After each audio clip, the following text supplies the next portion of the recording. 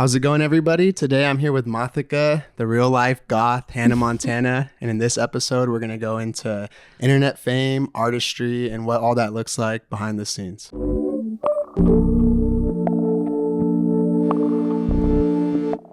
Difference between you as a person and then you as this Mothica, like persona, character, whatever you want to call it. And I'm curious how much of you, how you present yourself as the Mothica is, how much is that actually you, and like what's the line between those two when it comes to your real personal life? That's interesting. I don't think a lot about it, but there's definitely a huge aesthetic difference between like when I'm Mothica and when I'm Mackenzie, which is like I'm wearing a wig, I'm wearing a corset, I'm wearing fishnets and jewelry, and also I'll find that I'm a bit more confident when I'm dressed like that, but I also become like worse at driving. I don't know. I don't know. It's like when I'm wearing a good outfit, I'm like, oh, all of a sudden I'm like useless. I think it's definitely more feminine than I normally am. And I think I just like embody that like confident, like final form of me if I were a Pokemon. Yeah. But Mackenzie, when I'm just me, it's like, I have curly, like ratty hair and I'm like in, baggy jorts and like Vans. And it's so funny and kind of like when people are like, oh, I didn't know that was you. I'm like, oh no, I look real different. Does it feel like, other than you said like, oh, I feel maybe more confident and stuff when you wear that stuff versus like when you're just in your normal Mackenzie, like everyday life, do you actually feel like a different person? I don't feel like a different person. And sometimes when I'm in a bad headspace, it will feel like a costume. Yeah. Or I even call it my Mothica cosplay. Right. And like, I'm like, gotta get on my cosplay. But yeah, I think when everything's clicking, it's like, it's natural. It's just an evolution. It's like, the more refined version. Yeah, and definitely I've had moments like on tour where I'm like, I am wearing a costume of this person and I'm a imposter, What was your thought process like when you originally started, maybe not making music, because I know you mentioned you made like other music before, like just that was a different thing. But when you first set out like with this project, did you have that intention from the get-go that like this is going to be an entirely different like character or whatever you want to call it? No, because like the name Mothica really, it was not ever supposed to be my artist name. It was like, and I haven't really talked about the origin of the name that often, but like basically it was my came up with it when I was like high on cough syrup as like a middle schooler. Damn, on the cough, the codeine. Corset and cold and cough. Triple C's.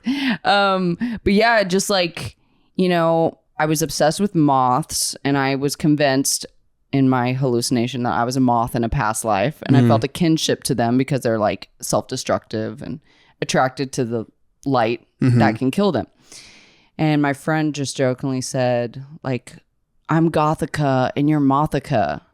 And then I just went by that on all my social media. And I tried to go by a few different names. Like I tried to go by like my name without the vowels, like Mackenzie, but it would be like MCKNZ. I'm so glad I didn't that's go. like if you were a rapper, I feel like. So and it was like, well, I already have Mothica. And then, when I first started, I remember thinking I wanted Mothica to be like this like cathedral pop music where everything is like super layered vocals and I'm shooting in these like crazy old churches. In Italy or something. And I'm like, I'd never been to Europe or anything or, and also I was like too lazy to record that many vocal stacks of harmony. Right. So it kind of like evolved, over time. But it's funny. It's like, I always feel like I fell into music. Whereas it wasn't like, a lot of musicians I know are like, when I was 3 years old, I wanted to sell out Madison Square Garden. Yeah. I'm like, I did not know that was a thing. What was your original like aspirations or career Ooh. path that you wanted to go down before music? So many, but the first one was like working with animals and like having an animal TV show where like Steve Irwin? Yeah, or like Jeff Corwin. Yeah, Yeah. but like just be friends with exotic animals. Right. You know, I know about some of the like, the science of or like taking care of animals, but really it was like my 8-year-old self wanting to like befriend a bear, you know? Right. Or just like have snakes. So I grew up with all these exotic or weird animals as pets. Yeah, and then I did so many side quests. I went to architecture school. Oh, really? Mm-hmm. And then I realized I just want to live in a cool house. Yeah, that shit's hard. I worked at an architect firm like as one of my first internships, and I was just a designer doing like stuff for like signage and this and that, like kind of like lightweight stuff compared to what they were doing. But I saw like even the principals or whatever you call them, they were there so late every day and they worked so long, and like, yeah, they had a lot of money, but they look kind of miserable, low key. Something they do in architecture school was they would have you spend like weeks building a model, and then they smash it in front of you. Yeah. To like show you to not get attached to your work. And I was like, I am way too sensitive for this shit. Like, no. And I remember cutting my finger on an X-Acto knife. Yeah. This was right when like Four Loko was coming out too. So I think I had like stayed up on Four Loko. Yeah, when it still had the energy. Drinking it. Hungover, cut myself an X-Acto knife. I'm like running around, like think my finger's falling off. I was like, okay, I can't do architecture. Yeah. I'm too... You when you started the project, because you're sober now, right? But when you started this Mothica, you were still drinking and stuff? Oh my God, yeah. I was, definitely. Yeah, I was like, I mean, I stopped drinking in 2019. So there was probably 4 years of Mothica where I was drinking, and I had this first tour that I usually don't even like consider a tour. I was like a glorified road trip. We're in a mom minivan playing to anywhere from like 2 to 50 people was the most, but that was like crazy. And yeah, I was like drinking every night and like going out with fans, and then like staying in one city while my band drove to the next one. I'm like, I'll get there tomorrow, taking like a mega bus. Like, I'm so glad I had no notoriety. Right. You would have got in trouble. Like threw up like on stage, like in a bag. Like, do you feel like since like the before and after of that, like your two different lifestyles, how much has that affected how different the music is? Oh my God, so much. I mean, I think I used to write like when I was in addiction, and I was going through some of the hardest feelings because I was not just a drinker, but I was also a depressive and like suicidal and like hurting myself. So you would think I could make good music from that headspace, or like that's what media wants you to think. Right. You have to be like tortured, but really it wasn't until I had years of clarity that I could actually write about that. Yeah. And then like see it through a new lens, and like, and also just vocally sound better, like not, chain smoking cigarettes, and like having that, clarity in my physical body too, of like, and I think there's so many things that I write about that happened like 10 years ago, and it sometimes takes that long for you to like really like have a artistic lens about it. I notice sometimes like with stuff when it's fresh or raw, sometimes that can like transpire into something like super good and important because you really remember how it was and like you're in it. But a lot of the time it's like it's too reactive and it's not very thought out, and it's still just you actually being in that moment, not reflecting on it. Oh yeah. And I mean, I write about some of the same exact events over and over again, and like so I get sick of my own bullshit for sure, but I do think you can like, there's a lot of pressure to like, oh, I went through this really hard thing, this big traumatic event, I have to make the perfect song that encapsulates that exact thing. It's like, no, you can write about it 100 times and have a different angle on it or perspective on it every time. So that's helped me like be able to write about the same thing over and over. I think that's true for all kinds of like art or media or whatever is a lot of times when I'm doing when I'm speaking about something online, I find myself having the habit of like, oh, I already said this before, so I have to like say, oh, if you saw this, blah, blah, blah, I already said this. But for the most part, it's someone new seeing that for the first time. So if anything, it's just annoying to always be like, hey, I already said this, blah, blah, blah. Or like if you withhold information, you don't know like all the new people that could be discovering this for the first time. Say it over and over again. People are forgetful.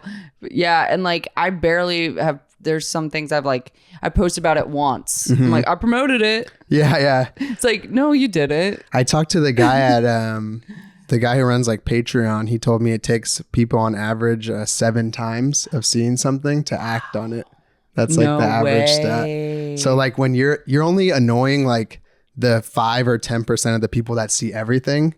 And they're gonna not care either way. They're down to see it. So you're doing yourself a disservice if you're always like withholding stuff because you think, oh, I already like I'm being too. I remember I get that feeling too. Like I'm being too like pushy with this. I've already talked about it twice, and someone's like, "What are you talking about? I've never seen that in my life."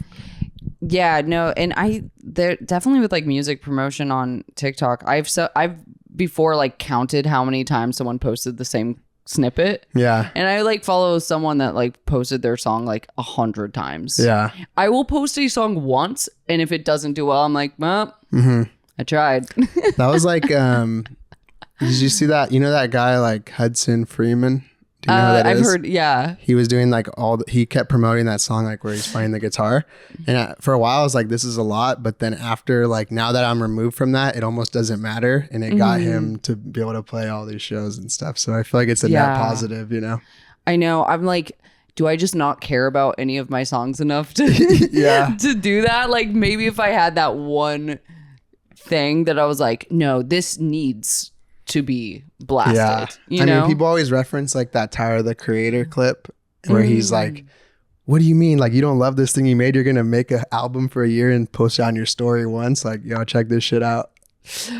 Ooh, so real. One thing I want to talk to you about is I noticed in your, I don't know if this is on like your normal story or whatever, or close friends, but you complain a lot about people, not complain, but maybe reference a lot of people, their expectations of like how your music might sound to like your aesthetic appearance. Oh yeah. They're like, oh, you're not goth, like this is pop music or whatever. And like whatever that even means, you know, I think genres and like aesthetics have become so specific that they don't even mean anything anymore. But what are your feelings of like that, like matching the expectations of what people might think and what it actually is? Oh yeah. I mean, it was really funny because someone was in my DMs for months and months and months. They're like, wait, I finally listened to your music and you're not goth. Like, but you look aesthetically like you'd sound differently. And one, I'm definitely not goth, not involved in the goth community, but 2, I would say I'm alternative, I guess. Even that feels weird. It's like, what, I'm an alternative human? Like, what do you mean? Aesthetically, I've always been drawn to darker imagery and like metal, like t-shirts and like band shirts. And even when I was making pop music, I was, you know, I had a metal moth logo or whatever. Right. Because that's just like what I like. And then slowly over time, my music has gotten heavier and darker. I've given myself permission to like go there. But it's like, it is funny because even I'll like look at myself, be like, oh, I don't look alt enough, but it's like, who fucking cares? Yeah. You know, I think it's cool when there can be a contrast. And now I'm bridging that gap a little bit, but I always said like it was like I was making pop music that metalheads liked, right? You know, it's also like I kind of like when there's juxtaposition in different art like that. I see it a lot the other way around. Like a lot of shows I go to, hardcore bands and stuff, the dudes like are wearing like Adidas tracksuits and shit. Like it, especially like the New York people, and it doesn't feel like. And I feel like they don't get criticized. Like you don't look like you're hard because like. It is hard. Like the stuff speaks for itself. It doesn't really matter what it looks like. But I also feel like a lot of women in art get criticized for that stuff more because it's easier to I think the appearance is more taken into consideration overall. Oh yeah, I mean, I think just women in general get like accused of like not being legit for some reason, or even aesthetically, or musically, or she can't be doing that, and you know, whatever. I really try to just not read the comments just to avoid that, because it will infiltrate my brain. Yeah. It's like, I must go get 8 piercings now. Yeah. But I'm sensitive like that. you would you say like a lot of your early success was from like the internet, right? Like TikTok and stuff like that. After kind of, I mean, it's still going and stuff, but after that initial like influx of people or blow up or whatever you want to call it, what do you think are some of the pros and cons of becoming popular that way versus maybe like just, I don't know, long term like touring or something? Yeah, I mean, the internet and like social media was always a tool for me, and something I like enjoy doing more than maybe a lot of musicians. Like, and when COVID happened, I really leaned into it. I was posting like 3 videos a day, and I had all these goals set for myself. I was like, you know, felt like I was like gonna quit music at that point. I was like 25, and I was like at my parents' house, and I was just like, this is bleak. So I really put my all into it, and I had this like shotgun moment of this video took off. The song didn't even go viral. It was the video connected where I was getting like 100,000 followers in a few days. Wow. So it was like the engagement was really special. And I guess the cons of that now, like that being like 6 years ago, is like I definitely got a lot of like being called a TikTok musician or whatever, but I kind of was like, whatever, that doesn't matter to me. It's like that's where I got my start. Sure. Yeah. I was still doing it before then. It's also like you could just also be doing whatever you were doing and it not have worked, and then is that better? Yeah, not it's really. like it's like, oh, you're a sellout. Okay, I'm selling out. Yeah. Like I'm selling tickets. Like, Yeah. But no, that was the big thing, is like, are these internet faces going to show up? I see that a lot. Yeah. And they did. And like I've been lucky to like maintain this steady flow of like listeners, and like people are still paying attention. But I have had like moments of like, well, you know, it's not 2020 anymore. And even when that moment happened, I had some viral or whatever moment in 2017. So it was like a repeat. It was like, well, it's not 2017. It's like, then it's like becomes like that marker of my highlight reel. Yeah. And you always move the goalposts too as you grow. But I always say, like, I don't know, maybe I'd feel differently if this happened, but I'd be so okay being a one-hit wonder. Yeah. Like actually a hit, like a billion plays. Right. Not, you know, whatever, 100 million. Yeah. But I think one-hit wonders get criticized a lot, but there's like, most people are 0-hit wonders, you know? So it's like, what's really worse? It's not worse, you know? Yeah. So I don't think that moment in 2020 is my highlight for the rest of my life. And if I thought like that, that'd be crazy. Was it weird too? Because if you got a lot of your popularity when shows weren't happening, you probably had even more anticipation, right? Of like, oh, when stuff opens, is this going to convert to like real humans? There was that, but more so than anything, my anxiety was playing a show in general, and like, and just that is the slowest thing for me to grow, which was like being on stage. Because like I said, I wasn't one of those kids that was like, me, I want to be in the spotlight, you know? Yeah. I wasn't like that. So when I had to be on stage, it was awkward, and it was like, I'm like tripping, and I'm like, things go wrong, and I'm like really nervous. Like all these shows is like me, like that. And it probably took like 100 shows to even feel okay. Wow. Which is like a lot of shows. Honestly though, I agree, because I've never performed like music or shows like that. I've done like talking in front of real people and stuff, but I would say like even speaking to the camera, it took me like 100 plus videos to be like, these are not dog shit anymore. That's awesome. And it's also nice when And also, this is kind of a dumb comparison because I feel like performing is way more difficult than like being by yourself talking to a camera. Same thing. But, Wembley Arena, you know. Yeah, I'm in my office. You're at an arena. It's basically like it's the same thing. Yeah. But it's good though because you look back and it would feel even worse to look back and be like, oh, I guess I still suck. You know, it's nice to see that progression. Oh yeah. I mean, yeah, I wish I had taken more on that little glorified road trip tour I did when I played to literally one show we didn't play because no one showed up. Yeah. But I was on Instagram trying to take photos, making it look a lot fuller. I was like, I wish I had gotten photos of how small it was. Because like there's one venue I played that then the next time I was there, it was the green room. I'm like, they used it as like the catering green room. And I'm like, look, if I had a photo to show. That'd be like, sick, yeah. Yeah, so it's like document the beginning. I feel that way in general with a lot of stuff that I think I deleted or misrepresented or took down from the internet because of like maybe vanity or just like being embarrassed. But I love seeing like that stuff when other people have that evidence. So I wish I was less trying to be cool or whatever the word is. I don't know. Yeah, you got to document, like even if you don't share it. Yeah, right. Now. Just a photo. Yeah.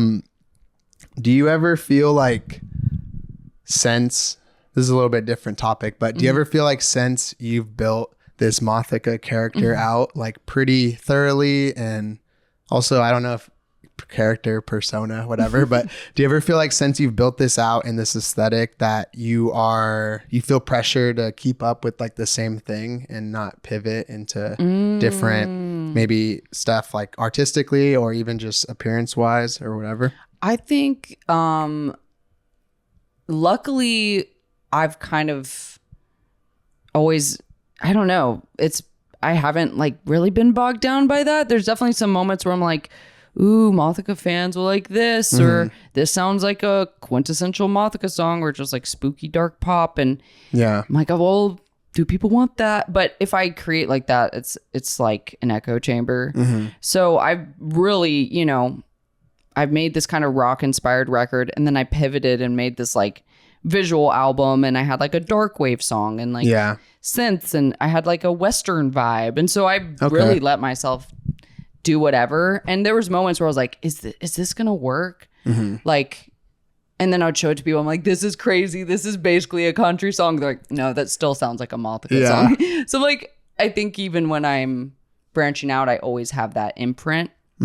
And luckily I've never felt like I hate Mothica. Right. She must die. That's good. It's at least if you ever do that, it could be like a cool campaign, Yeah. Kill it. You could be like in a cocoon and fucking explode or something. Yeah.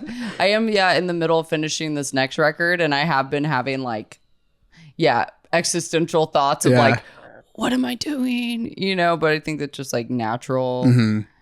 But it's hard because I'll be like, depending on your mood, like I'll listen to something and be like, yeah, I should scrap this and let's start fresh. And then I'll be in a good mood and listen to it and be like, this is great. Yeah.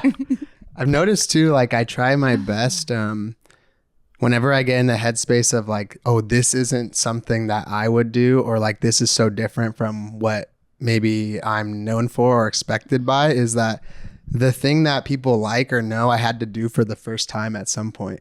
So like I think it's always good to continue to like experiment and iterate, because I think you're doing yourself a disservice and not, because you won't find that next like cool thing that never existed. And this album I'm doing like in such a different way than I've ever done anything. And like this is my first, the one you just put out, or the next thing that I'm working on.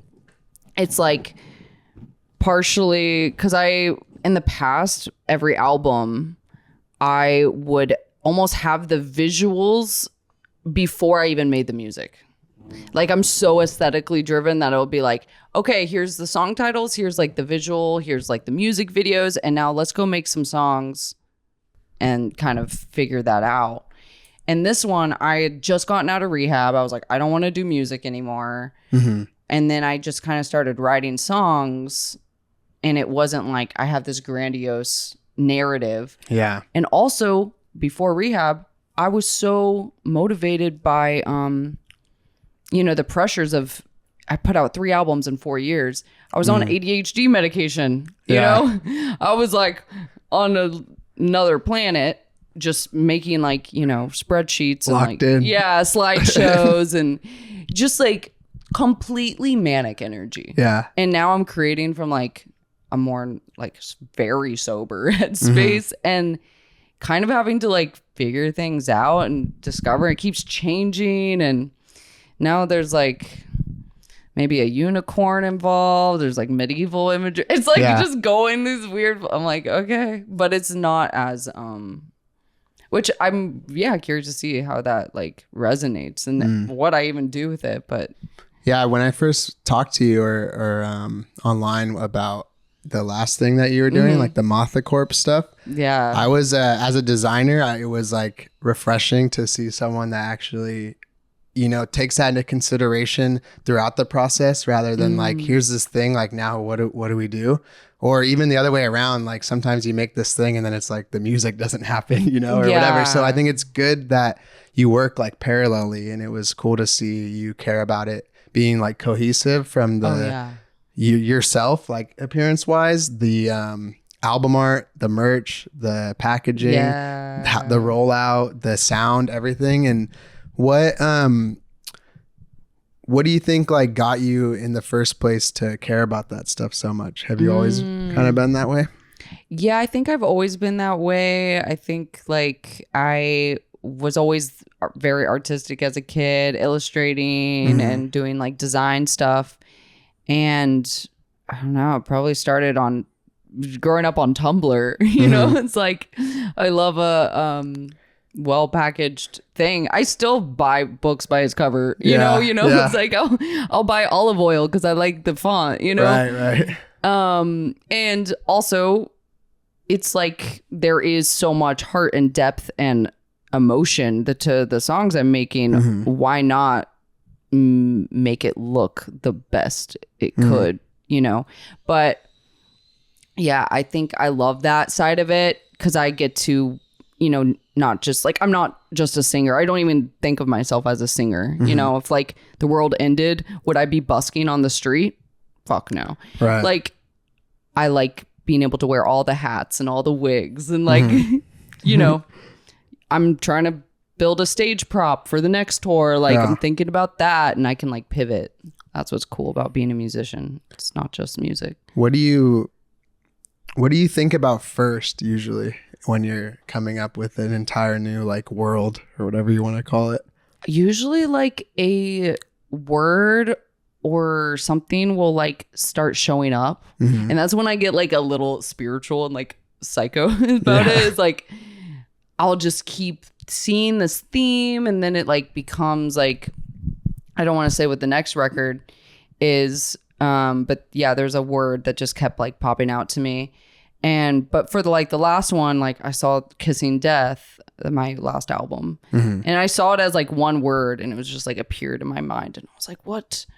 It's like kissing death, romanticizing death, and it just like started showing up like that. And then I just like follow that wherever it goes. And then I'll like watch movies and shows. Like I did something with the Grim Reaper. So I watched every movie and every show that had like a Grim Reaper in it. And like, how many of like those are there? Not a ton. Not a ton. Yeah. I'm only thinking of Grim Adventures of Billy and Mandy. I think there's a movie called like Meet Joe Black or something. And he's like, and that shows up. And I feel like the Grim Reaper is kind of underrepresented horror character. He needs more slasher movies. Like I want like a Friday the 13th, but with the Grim Reaper. The Grim Reaper, he's really not like scary because he's just like a mailman. He's just it's inevitable. Messenger. Yeah, that's true. So, and there was so much more, and that's the most frustrating thing about being a creative is like there's so many ideas I wanted to do that I didn't because of budget, time, being lazy, whatever it was. It's like the Grim Reaper character. I was like, damn, I want to do like my Cribs tour with him and like have this whole house, and he has like everyone's like dead like dogs in the backyard and like what would his house look like? It's like that's such like a fun, I don't know. I think I like didn't have my college experience the way I should have. So now every project I try to do like I would in school. It's like I try to like really think of every avenue of it. Yeah, when they start like pressing you, like, what's the methodology Oh my behind God. this? Actually, I hated that. I still hate that. Like, so who are you speaking to here? And like I'll let someone else, you know, interpret it that, but in design school, it's just like, you could tell too, like it's people shoving in this like, what is it called? Like justification or methodology, like after the fact, because the professors are pressing them. And I'm like, dude, it just looks sick. And I think that's okay also. No, this is exactly, because I had to create a character for my figure drawing class. It's a like deer with like 3 eyes. And it's like kind of like its head is kind of like decapitated and floating. Anyways, the whole thing. It's like, so why did you make this choice of the 3 eyes? I'm like, it's cool. Space deer looks sick to me. And it's funny because it's like you'd think as a musician or lyricist I would be better at talking about things, better with words, but no. What I wanted to ask you about, because when I was talking to you about your expectations from like the fans of your, or maybe not fans, I guess, but like the people who want you to think that it should sound different than how it does. For your actual fans, I see you be pretty engaging and like interactive with them and stuff, in terms of like, you know, just meeting them and posting pictures, whatever. How do you navigate being like a like cool artist or whatever that's down to like talk to people and stuff, but also not getting into like these crazy parasocial relationships? Well, I've had many parasocial relationships where I try to not give people my phone number anymore. Yeah. But it's like, you bring that up. Like literally in a few days, I'm flying to go officiate a fan's wedding. Oh, really? Yeah. So I'm like, yeah, I'll do that. That's kind of cool, though. Yeah, I've gone to like a fan's graduation before. And there's certain like, faces, and like luckily Mothica fans have all been like just amazing people that are super respectful usually, and like are people I would hang out with. So there's some fans that have become like actual friends or people that I talk to more, like they kind of like represent a bigger group. So it's like I'll show them the album early and be like, what do you think? It's like they're like the gatekeepers from the fans. Yeah. And like I even had like a subscribers chat on Instagram, and I deleted that because it was just like whatever, but I kept the group chat, so I still have like this like concentrated small group and chime in there. But I've really, the boundaries thing is hard to learn, and I'm still working on that of like, what do I say when someone says like, hey, can I have your number? Or they're just like I literally on this tour had someone be like, I packed my bag and I really want to come in the tour bus, and will you take me? And like, I canceled my trip, and this is like fully planned, packed a bag, like thinking I was going to just let her join the tour. Yeah. I was like, oh, that's maybe not. You know, I'm so bad at that. Yeah. And maybe next time. Maybe not. Maybe never. Yeah, I don't have like a big problem with that, because like it's not the same level of like fanship. But even the fact that like I feel like I have to respond to everyone, like I feel bad getting DMs and stuff on Instagram, and I'll just delete it if I'm not gonna respond, because I even care so much, like I don't want to leave them on red, you know? Oh, I know. No, because like I've read messages and not replied, and people obviously will share really deep things or horrible traumatic stuff. I won't reply because it's a lot of emotional energy to write a very lengthy response. Sure. And, you know, and then someone's like, well, I'm going to burn your merch then because you didn't reply. I'm like, okay, well, I'm just not going to read messages anymore. And now I do read them. But I would rather have that conversation in real life. Like that is where I'm not intimidated, or like I don't take it. If someone wants to come up and say like, hey, which has happened, I tried to kill myself 2 weeks ago. Can I talk to you? Blah, blah. Like I fully there to like, that's one difference in Mothica is like, I become a vessel and I receive and I'm there to like make their moment special and like, just be that. And I don't carry that with me. Or like, let that, I mean, I still think about it, but I'm not like, it's better in real life than to just a wall. It's also like the real life is like a filter for like, if someone's down to tell you that in real life, it must be even more important. Anyone can send like a crazy ass message. And I think that half the time people message people is they just want to write it out. You know, it's like they're journaling or something and they know someone's not going to respond, but they're kind of just, they can feel like they told someone maybe.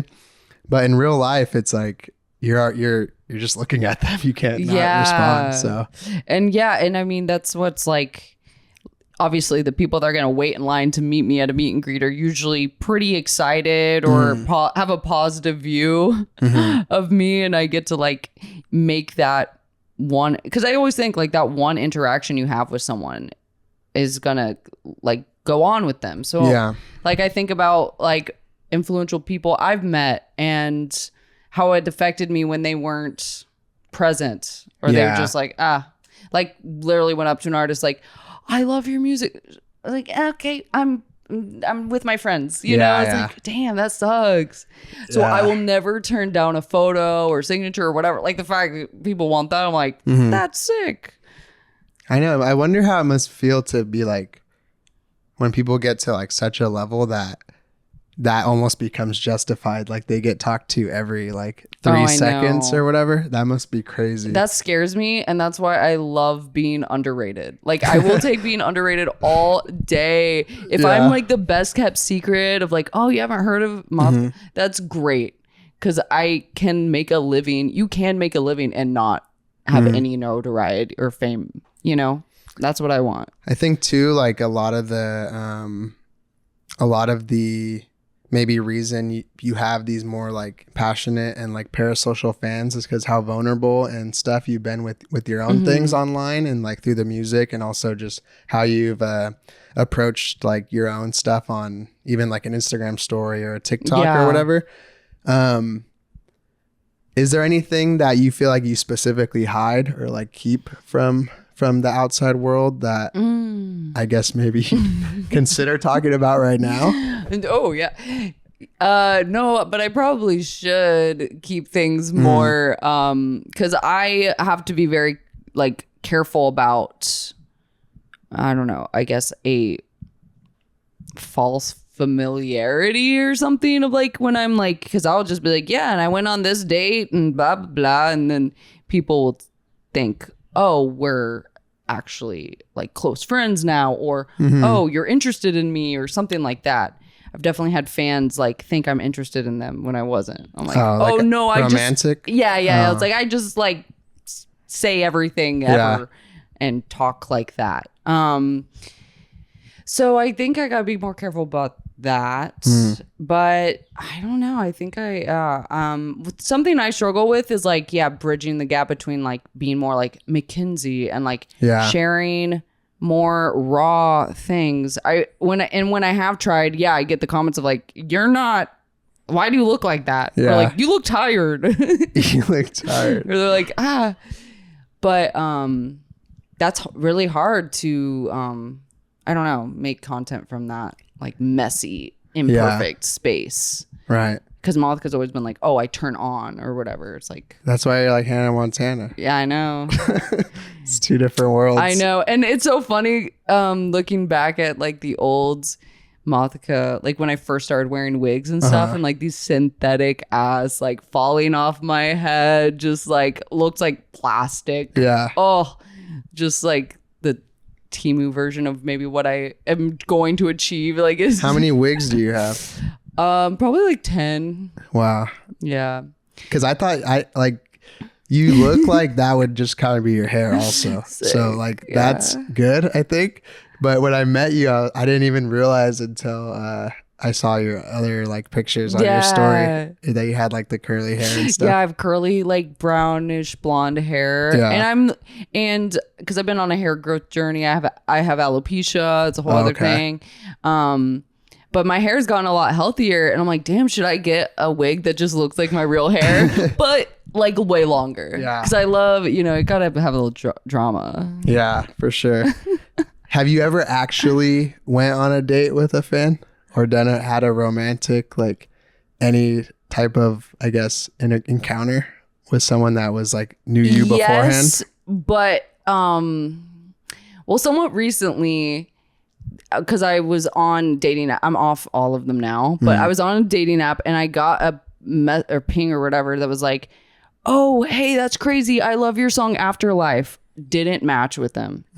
Months later, I'm back on. Yeah. Get the same message, or it just, he didn't mention my music. And I'm like, okay, match. And then he goes, oh, so you make music? What's it sound like? I'm like, no.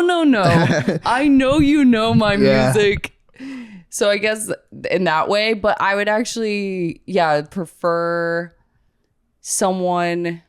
I want them to like my music. Yeah. But I don't want them to like be a fan. Like it's hard. Yeah. It's a hard balance. It's probably better if you show them it, right? Than if they already knew about it or something. Yeah. But if I've definitely like, I don't think I could date someone who's just like, oh yeah, whatever.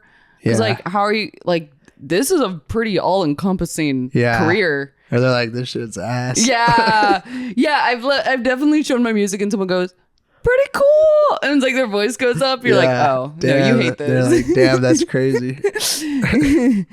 Yeah. Oof. But, no. But I would say I was single on stage, and it was kind of like segueing into a song of like, these lyrics are like my red flags, whatever. Yes, I'm single. And then like, of course, people are coming up and shooting their shot. Yeah. And I was like, someone was like, would you date a fan? I was like, maybe not. And he was like, I hate your music. Yeah. And I was like, that was funny. Yeah, that's good. I know you mentioned that you don't really feel like kind of pressured to do the same thing or keep up in like styles and experimenting and stuff. But do you think what happens if you outgrow like wanting to have the Mothica persona at all? What do you think you would do? I've always wanted to do a side project. I've had like names picked out for that whole thing. And would you want people to know it was you or not? Yeah, I think so. Okay. I think like in my head, I'll like, there's definitely other sounds I want to explore. And like, sometimes I feel like my music can be too produced or something. I haven't had like, you know, I think of like bands I love. There's this band called Now. I'm obsessed with. And it was like, you know, recorded all analog. It's a real band. You know, it's like those sounds. It's, you know, albums like 13 years old. Still like feels so real and like rich and deep. And I'm like, oh, I want to do something like that. But then I also love the flashy electronic like samples and like the like modern. So I think I've thought about like, okay, what would that sound like? Or even like indie, like I have all these sad songs, indie songs like that, like I want to put out one day. And I want to do like a doo-wop 50s thing. I mean, there's a lot of ideas. So you think maybe if you do ever feel like you're over this, it will just, you already have the next move lined up? Yeah. And I think I've always like had that in my back pocket that like music isn't my end all forever thing. Like, which I don't know what would happen if I actually had to like pivot. I'd probably be scared shitless. But like, I do have so many other things I love doing. And I try to view music as like, this is a storytelling device. It sounds so pretentious, but like, eventually I want to tell my story, which is pretty wild in other forms. Like I want to write a book or like do a TED talk or something. And like there's other, or make a TV show, a limited series, whatever, about these ideas. And just telling myself that takes the pressure off of like, this needs to work. I must, you know. I try to think that way about a lot of things. Like people, at least in my like design career side of things, people always ask me about like AI and all this stuff. Oh God. And I'm just like, I don't really care, honestly. Like it's that shit's whack, and it's like it sucks that that's happening. But what am I gonna do? Just like if I'm worried about it now and sad this whole time, then it's gonna eventually maybe like fuck everything up, and then I'm just gonna be upset then too. So I might as well enjoy whatever's going on right now. You know, stuff always changes and evolves, and it's not that you're like hoping for it or like helping push it past the goal line, but I think it's comforting to just kind of be like, whatever, you know, hopefully it works out. If not, I'll survive. Like I sometimes fantasize about just having to have a normal job again. I'm like, it's so easy to have a job and not have to think about working when you're not working. Yes. That's the only thing. And that I'm in like a privileged position right now. I don't want to be like those streamers who say like streaming or something is harder than like working construction, because it's not. But I miss when I had a job. Like you literally don't give a fuck when you're not at the job anymore. Like you get to completely remove yourself from it. I mean, having yourself as your own boss. Yeah. And every deadline or is like kind of self-imposed. I mean, you work with clients, but like for me, it's really like, okay, the album is due then because I made that up in my mind. Yeah. Like I always say I'm my own boss, but my boss is a dick. yeah. But that's why like I'll feel so directionless without having something that I'm working on. Or like I just got hit with a wave of kind of depression post-tour, because when I'm on tour, I'm like, I have to get to the show and we have to get from point A to point B. It's more schedule, right? And I thrive being busy. Yeah. Which is maybe like a distraction or whatever, but like if I sit and think, it will go bad, you know? I'm the same way. I've realized something about myself that is exactly this feeling, is that I am always busy, but like I hate being busy, you know? Like I'm always in pursuit of like being able to chill and free time. But I think the pursuit of wanting that free time is better than when it's actually happening. Oh yeah. Then I get in that free time and I'm like, what are we going to do? Like, what's next? What are we working on?